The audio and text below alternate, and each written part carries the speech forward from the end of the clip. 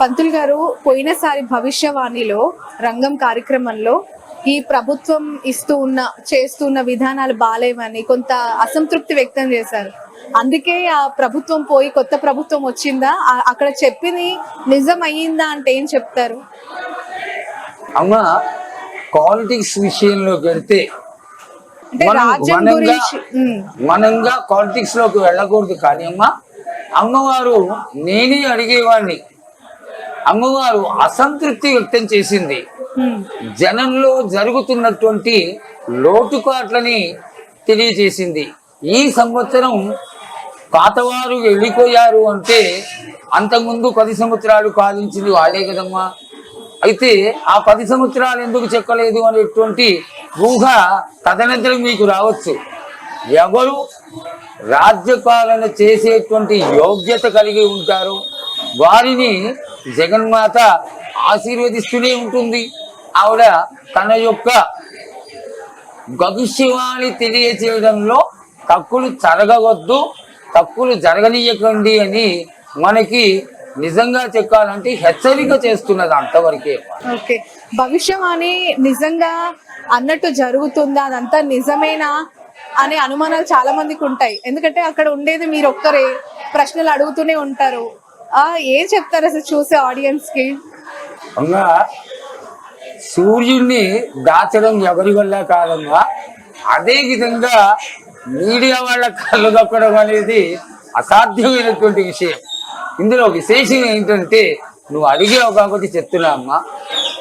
భవిష్యవాణి అమ్మవారు రావడం, ఆశీర్వదించడం నా పరిజ్ఞానానికి అందనంతటి ఎత్తైనటువంటి విషయం. ఎందువల్లంటే ఈ జోగిని తీసుకురావడమే చాలా గొప్ప విషయం. జోగిని నిత్యము కూడా ఒక సన్యాస జీవితాన్ని గడుపుతూ అమ్మవారి సేవలోనే ఉంటూ భక్తులకి సేవలు అందించేటువంటి ఒక మహనీయురాలు. కేవలం అమ్మవారి స్వరూపంగానే ఈ 7 తరాల వారు తరతరాలుగా ఈ జోగిని స్వరూపాన్ని ఆలయంలోకి తీసుకొచ్చి 16వ రోజైనటువంటి సోమవారం నాడు ఈ రాజమాతంగి అమ్మవారి ముందర అది కేవలం నిలబెట్టడం కాదమ్మా, పరిపూర్ణంగా దాని విశిష్టత తెలిసి ఉండాలి. ఇక్కడ జరిగేటువంటి క్రియ ఏమిటి అంటే తెల్లవారుజామున ఆ అమ్మాయిని జోగిని తలస్నానం చేయించి పసుపు కుంకుమలు రాసి విశేషంగా అలంకారం చేసి పట్టుచీర కట్టించి తీసుకొచ్చి గుడి ప్రాంగణంలో ఒడిగియం కోసి సాధారణంగా మేళతాళాలతో తీసుకొస్తారు. ఎందువల్ల అక్కడ దేవత భావన, దేవత ఆశీర్వాదం మనకి కలుగుతుంది అనేటువంటి భావనతో ఆ భవిష్యవాణిని మనం వింటాము అనేటువంటి లక్షల మంది వేచి చూస్తారు. కాబట్టి ఈ యొక్క విషయం జరుగుతుంది. వచ్చిన తర్వాత ఇక్కడ జరిగే విషయం ఏంటంటే రాజమాతంగి అమ్మవారికి కోటలింగడికి మధ్యన ఒక గుంట తవ్వడం చేస్తారు. ఈ గుంట తవ్విన తర్వాత అది కూడా ఈ 7 తరాలుగా వస్తున్నటువంటి కుమ్మరి వారు కచ్చికుండని తయారు చేస్తారు. ఈ కచ్చికుండ చెయ్యి పెడితే విరిగిపోయేటువంటి స్వభావం కలిగి ఉంటుంది. ఈ కచ్చికుండని తీసుకొచ్చి ఈనాడు వినోద్ కుమార్ అనేటువంటి కుమ్మరి ఈ యొక్క కుండని తయారు చేస్తాడు. ఇది 100కి 100 సత్యం. ఈ కుండని చాలా జాగ్రత్తగా తీసుకొచ్చి ఆ గొయ్యిలో పెడతారు.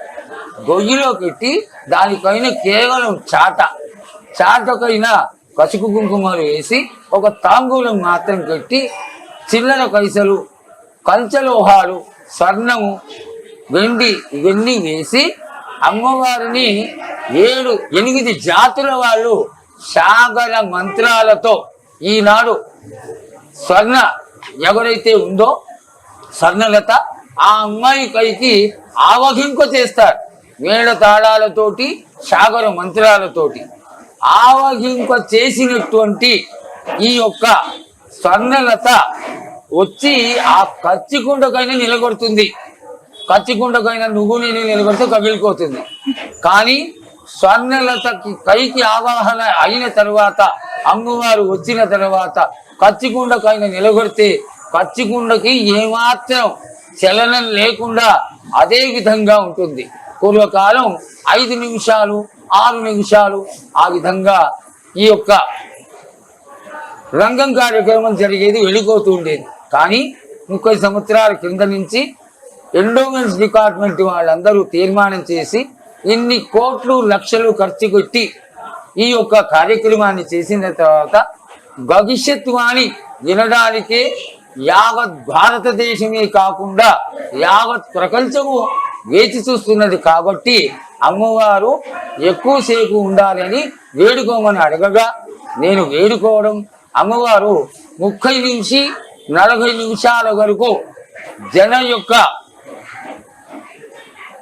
మంచి ఆశీర్వచనం కోసం వేచి చూస్తున్న ఈ యొక్క విషయంలో అమ్మవారు ప్రకృతిని ఆశీర్వదిస్తూ మంచి వానలు పడాలని, సస్యశ్యామలంగా ప్రపంచమంతా ఉండాలని, ఏ విధంగా ఉంటుంది అని ఈ జన సందోహానికి సంబంధించినటువంటి విషయాలన్నీ, ఏవైతే లోకానికి సంబంధించిన విషయాలన్నీ ఉంటాయో ఆ సంవత్సరం జరిగినవి అన్నీ కూడా మేము అడగడం, వాటికి సమాధానం చెప్పడం, ఉత్తరోత్తర ఏ విధంగా ఉండాలి అని అనడం, దానికి ఏం పూజలు చేసుకోవాలో తెలియజేయడం, చేసిన తర్వాత అమ్మవారు వెళ్ళిపోవడం జరుగుతుంది. ఆ వెళ్ళిపోయిన సమయంలో చాలా విశేషం ఏమిటంటే, అంతసేపు అమ్మవారు ఏ కచ్చికుండ మీద అయితే నిలబడి జోగిని స్వరూపంలో భవిష్యవాణిని తెలియజేస్తుందో ఆ కుండ ఒకటే ఒక సెకండ్లో తక్కువ మనకు వెళ్ళిపోతుంది, ముక్కలు అయిపోతుంది. ఇంతకంటే అద్భుతమైనటువంటి కార్యక్రమం అమ్మవారు ఆశీర్వదించింది అని తెలియజేయడానికి ఏదొకటి లేదు. 100కి 100 కాళ్ళు ఈ భవిష్యవాణి స్వర్ణరక్త చెక్కేటువంటి ఈ భవిష్యవాణి సత్యం సత్యం సత్యం అని నేను మరీ తెలియజేసుకుంటున్నాను. ఈ ఆలయంలో దాదాపు 30 నుంచి 35 ఏళ్ల ప్రస్థానం ఇది. అనేక సేవలు, అనేక మంత్ర శాస్త్రంతో ఇక్కడ మీరు ప్రావీణ్యులుగా కొనసాగుతూ ఉన్నారు. ఆషాఢం వచ్చిందంటే వేణుస్వామి గారు, వేణుస్వామి అంటే ఆషాఢ మాసంలో ఆయన ఉండే బిజినెస్ చూస్తూనే ఉంటాం మేము మీడియాలో ఉన్నప్పటి నుంచి కూడా. ఎప్పుడైనా అమ్మవారు మీకు కనిపించిందా? చాలా చాలా చక్కటి మాట్లాడిగావమ్మా. ఏమంటుంది మీతో? జగన్మాత పిలిస్తే కలిగేటువంటి ప్రత్యక్ష దైవం. ఈ గోనాలలో నేను గుడికి దగ్గరలో ఒక 100 గజాల అవతల కుట్టినవాడిని. ఇక్కడ ఒక హాస్పిటల్ ఉండేది, అక్కడ కుట్టినవాడిని.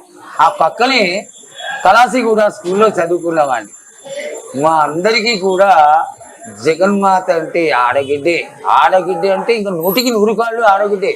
ఈవిడ ఎప్పుడు ఏ విధంగా కనబడుతుందా, ఎప్పుడు చూడొచ్చా అనేటువంటి ఉత్సుకత మాకు ఎల్లప్పుడూ ఉంటుంది.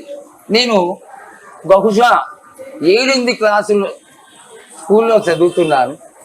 ఒక రోజున ఆలయ సిబ్బంది మేమందరం కలిసి వేప చెట్టు కింద కూర్చుని ఉన్నాం.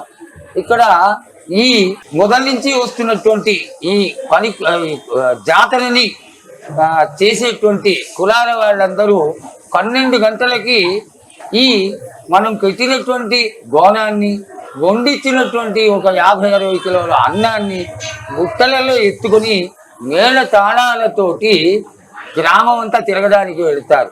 నా కళ్ళతో సాక్షాత్తుగా చూసినటువంటి విషయం, జగన్మాత ఎప్పుడైతే వాళ్ళు తలకి నూనె రాసుకొని ముఖాన కుంభం పెట్టుకొని ఆ మేళాల చప్పుడు మొదలవుతుందో, త్రిశూలం ధరించి భక్త రక్షణార్థమై జగన్మాత ఆ మేళ తాళాలతో పాటు గ్రామం అంతా తిరిగి పూర్తయిన తర్వాత ఆలయంలోకి వెళ్ళిపోవడం నేను కళ్ళారా చూసినటువంటి విషయం.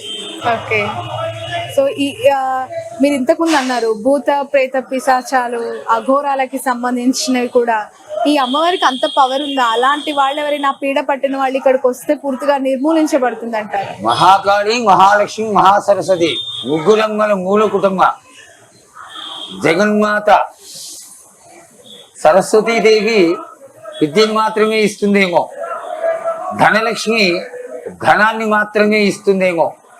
శక్తి స్వరూపిణి మహాకాళి త్రిపుర సుందరి లోకంలో ఇయ్యలేనటువంటి విషయం ఉండదు అనేది నా ఒక చక్కటి ఒపీనియన్ అమ్మా. మాతృ స్వరూపం లేకుండా జగత్తులో కాలు తీసి కాలు కట్టడం అనేది జరగదు. శంకరులు భిక్షాటనం చేస్తూ ఇంటికి వెళ్ళి భిక్షం ఎత్తుకుంటూ ఉండేవారు.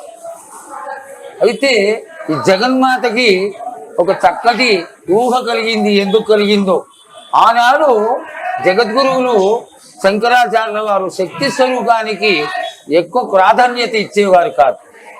అయితే ఈయనకి శక్తి స్వరూపం ఏమిటో తెలియజేయాలి అనేటువంటి మంచి ఊహ కలిగినటువంటి జగన్మాత తానే మారు స్వరూపంలో వచ్చి రేపు మా ఇంటికి భిక్షకి ఆయన అని పిలిచింది. నేను వస్తానమ్మా అన్నాడు స్వామివారు. తదనంతరం మర్నాడు రానే వచ్చింది.